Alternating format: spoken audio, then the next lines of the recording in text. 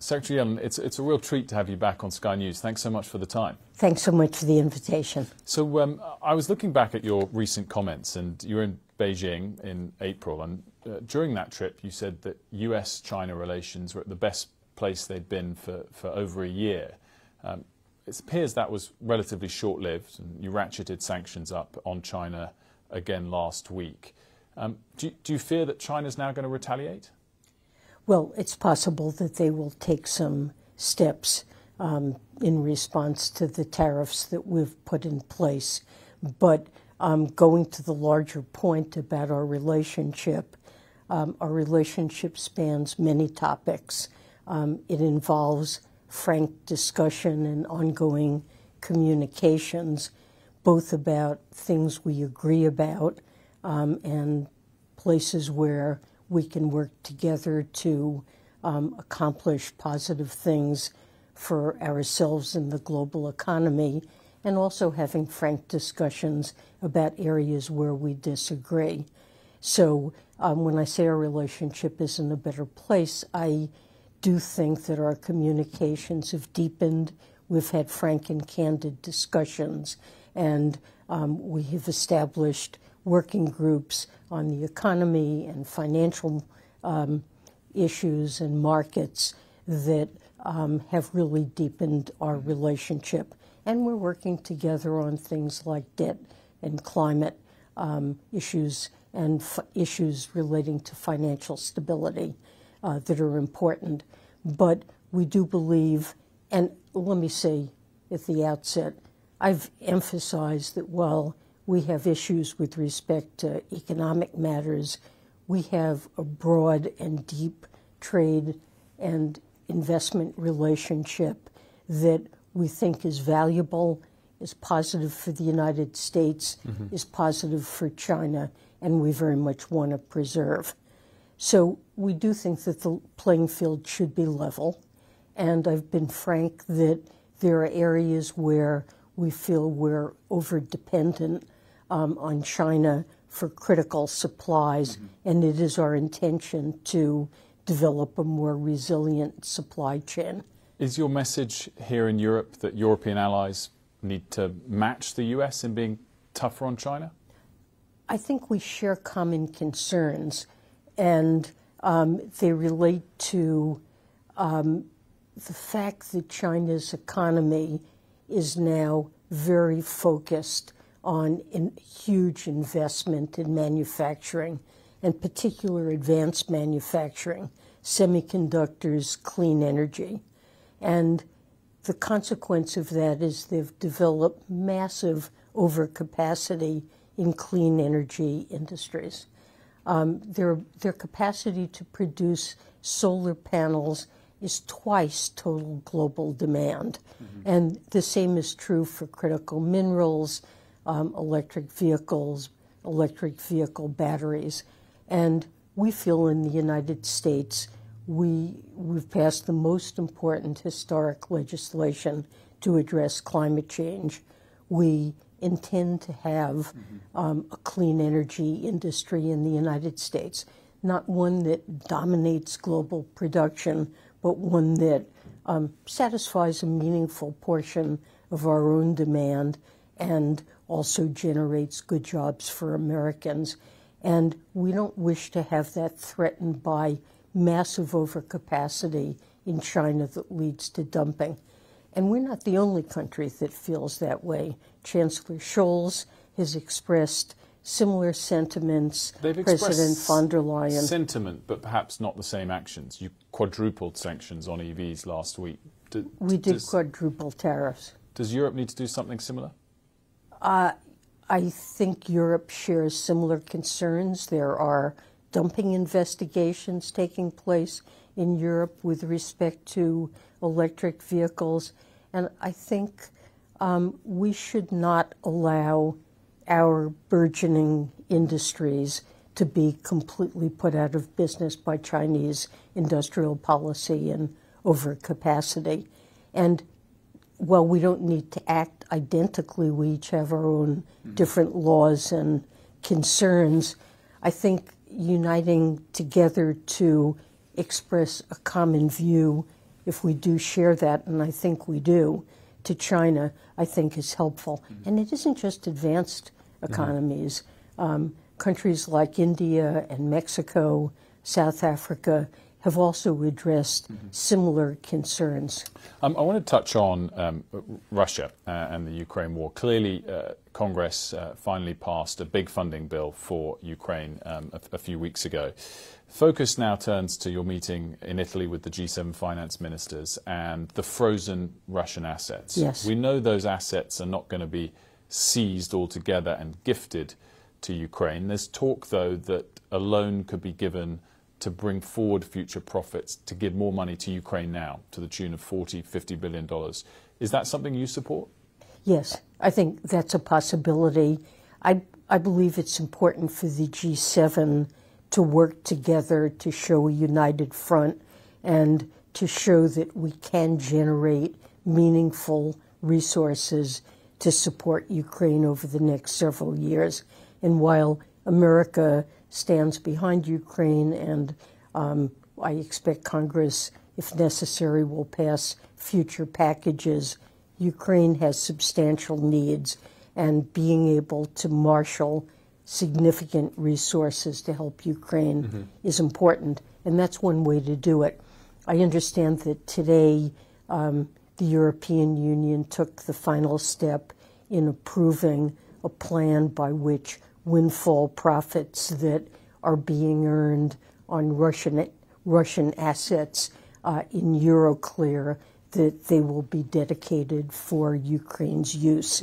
And the plan that you mentioned would essentially bring forward that flow of interest proceeds from the assets that do not belong to Russia. The Russian assets are not earning interest anymore, but they are generating returns for Euroclear. That a loan could be given to Ukraine that would be repaid over several years by that flow of interest. So that's something that we're discussing, and we'll be discussing. We have a meeting starting on Thursday in Italy to discuss this. The leaders will be meeting at a summit in June in Apulia. We'll be watching the developments then this weekend very closely on that front. I also just wanted to ask about the latest situation as it regards the Israel-Gaza war. And clearly, recently, President Biden decided to pause some arms exports to Israel to try and keep Israel in check as it relates, in particular, to a potential ground invasion in Rafah. He was clear at that moment that he didn't feel Israel had crossed a red line. I just wonder whether your department has assessed in any way what use sanctions could be if a red line was crossed, and if President Biden instructed you to use them. Could sanctions be used on members of the Israeli government, potentially? Well, I think that's getting ahead of where I would want to be.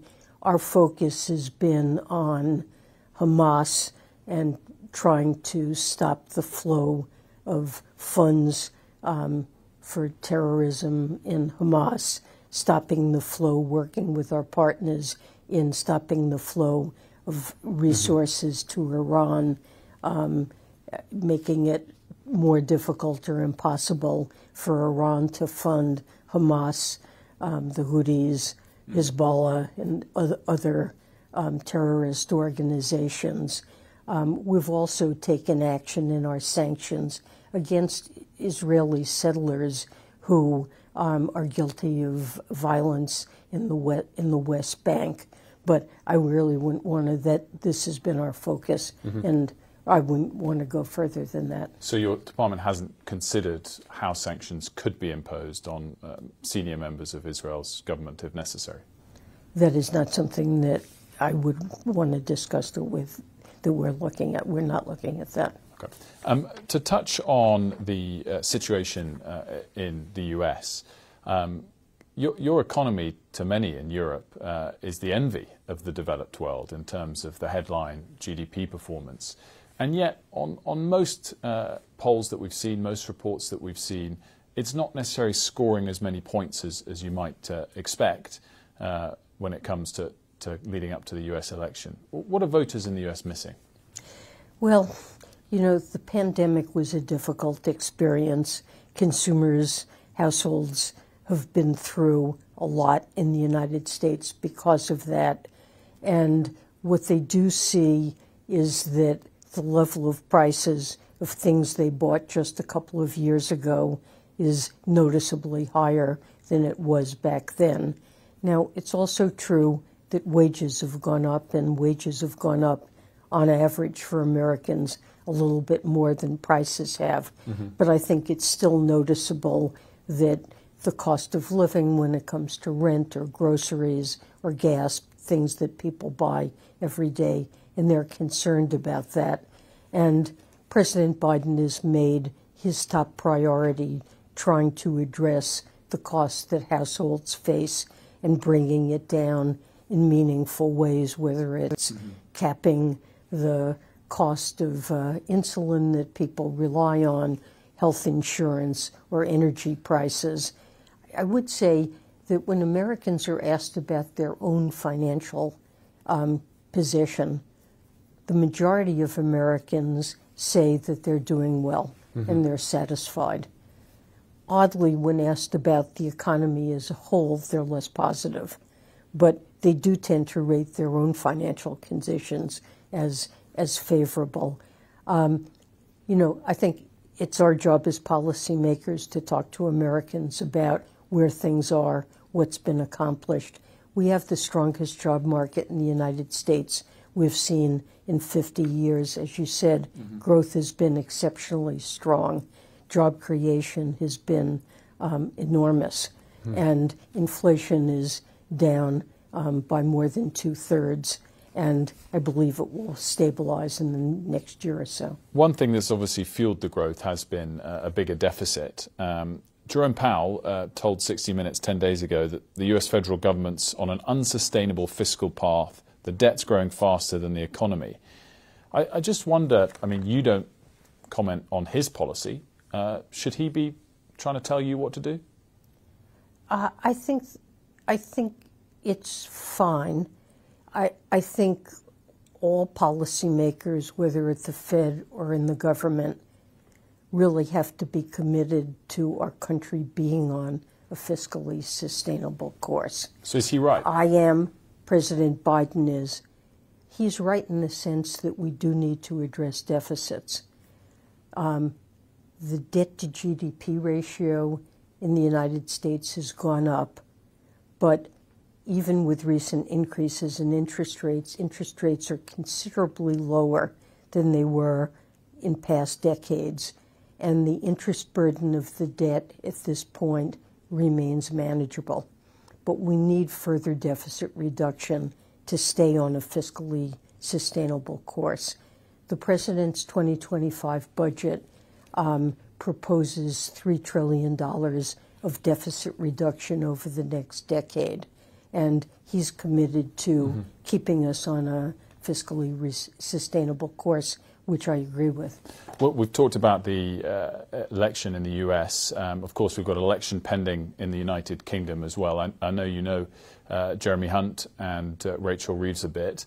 Do you think the UK is in safe hands economically, whoever wins? Well, look, we have a very long-standing, deep relationship with the United Kingdom. And we're friends, we're allies, we've worked constructively through many different administrations in both of our countries. I expect that to continue, and whoever is in office, the U.S. and U.K. will always be strong partners. Clearly the UK's had female prime ministers before. We've not yet had a female finance minister. Would it be nice to see Rachel Reeves get Chancellor of the Exchequer? Well, I'm not going to comment on trying a second attempt. The British election, but she cited you as one of her inspirations to get into finance. I always love seeing women assume high posts in the business and economic world, and I always consider that a positive, but I'm not going to weigh in on the British election. Very skillfully dealt with, Madam Secretary. We thank you for your time today. Always welcome to join us on Sky News. Thank you so much.